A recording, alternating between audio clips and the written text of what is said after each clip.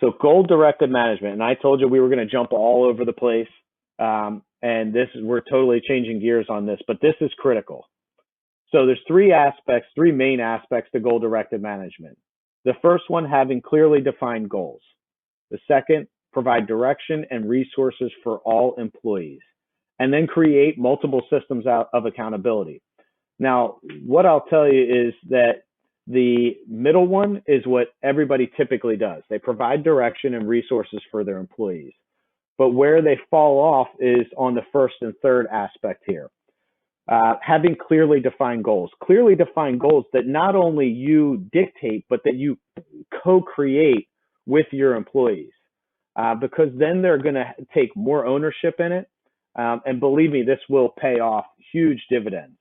The other thing is creating multiple systems of accountability where it's agreed upon accountability. When you create the goal, all right, how are we going to track this? How does this make sense to pay attention to it? How important is it? How often do we have to look at it? What do you want me to do if you're off track? Thinking if you're the manager, what type of accountability makes sense? And if it's agreed upon, then there's no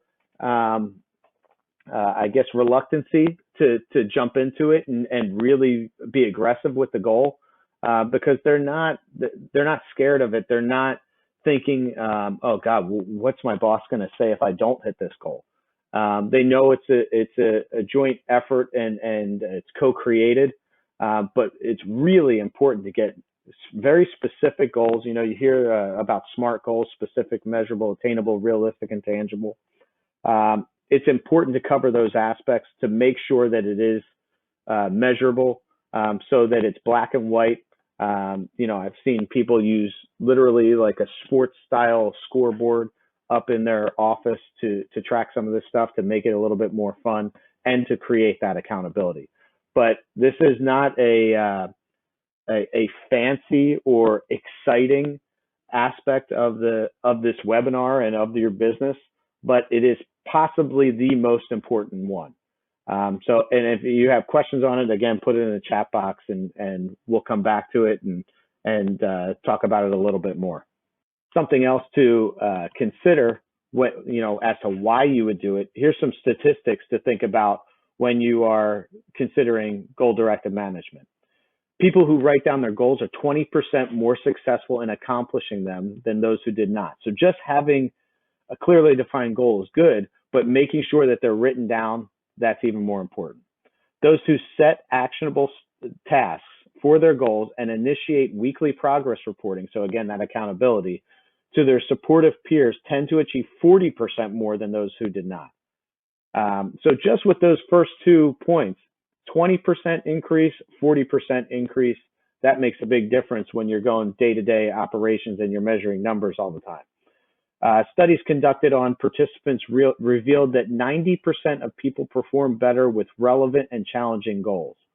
So if you have 10 employees, 9 of them are immediately going to be attracted to something like this and perform better. It's not a waiting game. You will see it within the first day. People are 10 times more likely to achieve New Year's resolutions than those who didn't make resolutions. So just identifying a goal is important.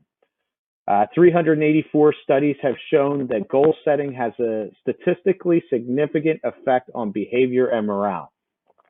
If you feel like your morale is down at your business, most people try and go a little bit easier on the employees, but that's the point in time where you really want to provide more direction, more accountability, because typically morale drops because nobody's getting direct feedback or feedback that they feel is earned about how good of a job they're doing. Don't let your employees live in a gray area of not knowing whether they're successful or not.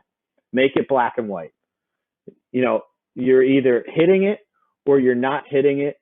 And if you're not hitting it, here's what you do in order to reach that point that you want to reach. And then they know they're successful, or they know that they're going to be successful, or what they have to do to be successful. And people who have a greater understanding of the goal purpose have more chances of accomplishing their plans. The reason this is important is because of what we talked about before, co-creating the goal. Make sure that it's a collaborative effort so that people understand why it's important, not just important to the company. Why is it important to them? How does it translate? So that there's alignment not only in the company goals, but in the personal goals of your employees. If you have alignment of personal and company goals, you're going to have a really high level of success. But often it's there, it's just not defined well enough. So make sure that you get it defined and have those things tied together. And a little tip on for the end of this is don't dictate how it's tied together to your employee. Have your employee describe to you how they see it being tied together. It's very important because if you give them the answer, it's almost like you didn't get the answer. So you want to make sure that you get that out of them.